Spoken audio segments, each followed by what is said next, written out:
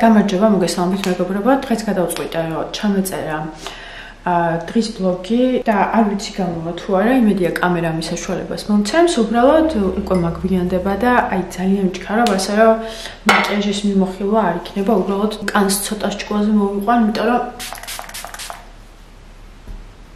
კოვიდის მერე ისეთი გამომიშრა და ეხლა კიდევ გამიჩნდა მას დაემატა გამონაყარი, არ ვიცი საიდან მაქვს. გუშინ ინსტაგრამზე ერთ გოგონას ვესაუბრებოდი და ის მეუბნებოდა, რომ შენი სტორი ვნახეო კანის სიმშრალეზეო, კოვიდმა რო დაგიტოვაო და ისეთი კანის სიმშრალე დამიტოვაო კოვიდმა, რომ ტკივილები მქონდა კანისო. ხო და მე არ ვიცი ამ კოვიდს რა ჭირი უნდა, მაგრამ ფაქტია, რომ მარტომე არ ვარ და არიან ადამიანები, ჩემნაირად, ვისაც ესეთი ცუდი სიმპტომები დარჩათ. ცოტა ჰულაც.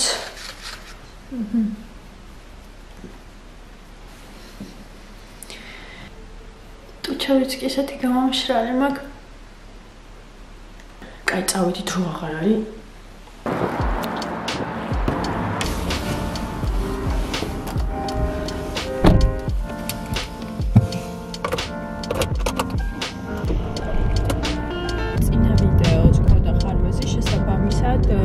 დამჭირდა წაშლა და თავიდან დადება სამწუხაროდ თქვენი კომენტარებიც წაიშალა, მაგრამ ვიდეო უბრალოდ იყო ხარბეზიანი და უნდა წამეშალა.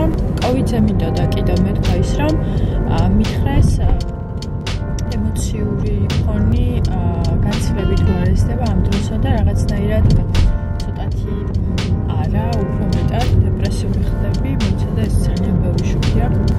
ვაიმე. და მეთქვა კიდევ ორი სიტყვით ის, რომ ახასიათებს ემოციების მოსხვავება და ადამიანების დეპრესიაში ჩაგდება. რამოდენიმე თქვენგანმა ინსტაგრამზე მომწერა, რომ რაღაცა გქონდათ, ესე ვთქვათ, მცირე მინი დეპრესია და მინდა გითხრათ, რომ მეც მქონდა სხვათა შორის რამოდენიმე დღე, ის 3 დღე მით უმეტეს, როდესაც გამიჭირდა ცუდ ემოციებში წავედი და საერთოდ არ იყო სასიამოვნო ის დღეები, რაღაც რა თქმა უნდა, ხა ადამიანი არ არსებობს დედამიწის ზურგზე, რომელსაც გარკვეული ცუდი მოგონებები ან ცუდი გამოცდილება პრაქტიკა არ ქონდეს, ხო? ეხლა ცხოვრება არის და ეს იმას ნიშნავს, რომ კარგიც და ცუდიც ხდება. რაღაცნაირად კოვიდს თითქოს მიყავ აქეთკენ, ცუდზე ამოხილებს ყურადღებას და გითხრევს. ემოციურად უფრო გძაბავს და უფრო გაზიანებულიც ხარ. მომწერა ინსტაგრამზე ერთმა ადამიანმა და ძალიან დაწვრილებით ამიხსნა.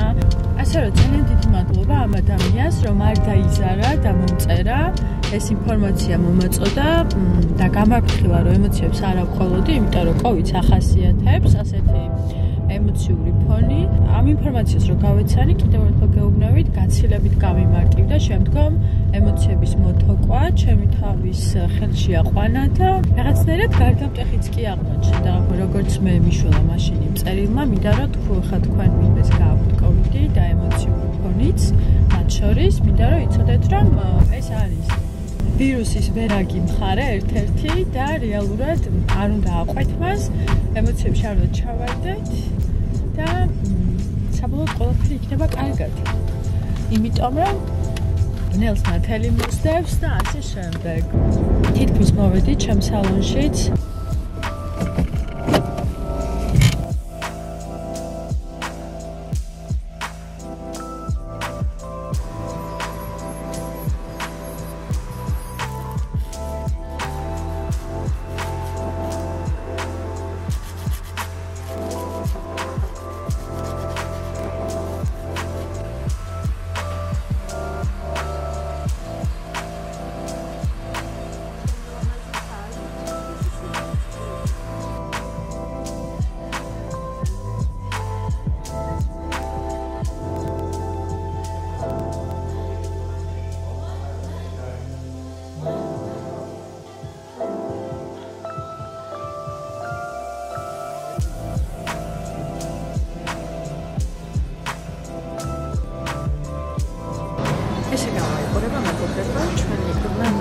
ქალაქი, მოპირებად ძალიან ძალიან მოწონს და დავწერით, წავედით სხვა საქმეებზე.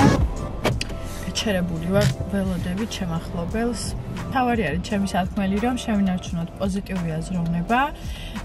არ მივცეთ თავს იმის უფლება. ხანდახან ტირილიც კარგი არის, თუ გინდა რომ უბრალოდ იტირო და უბრალოდ ესე გძნობდე.